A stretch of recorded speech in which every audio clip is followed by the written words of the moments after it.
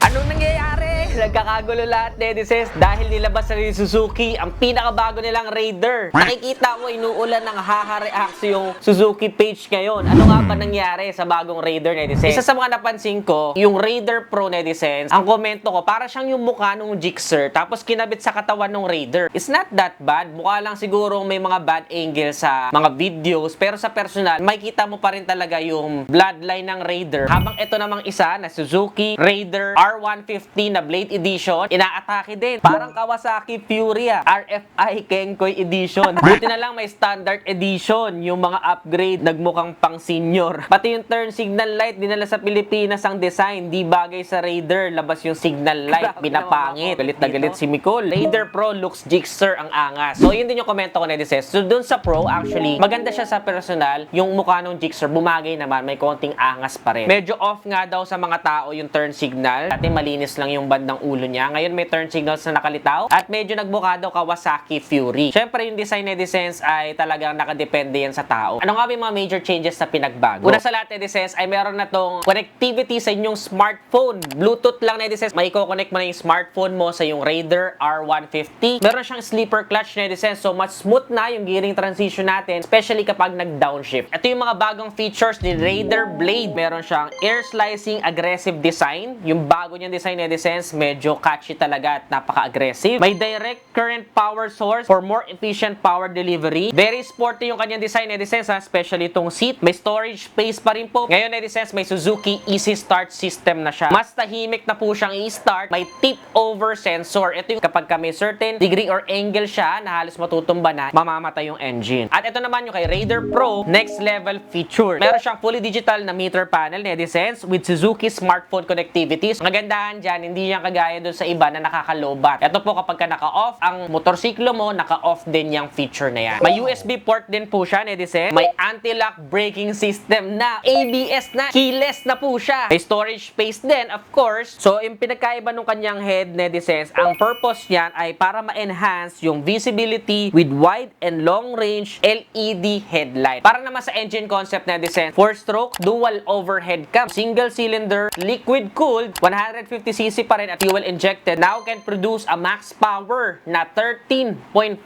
kilowatts and a max torque of 13.8 Newton meter. Siyempre, 6-speed manual transmission pa rin tayo. Suspension sa front, telescopic. Sa rear, swing arm. Tubeless tires, 70 by 90 by 17 sa unahan, 80 by 90 by 70 naman sa likuran. Disc brake sa unahan at disc brake din sa likuran, 150mm. Okay na okay pa rin pang sabak sa baha tsaka sa mga higanting humps ng Pilipinas. Para naman sa curb mass, Raider Blade ay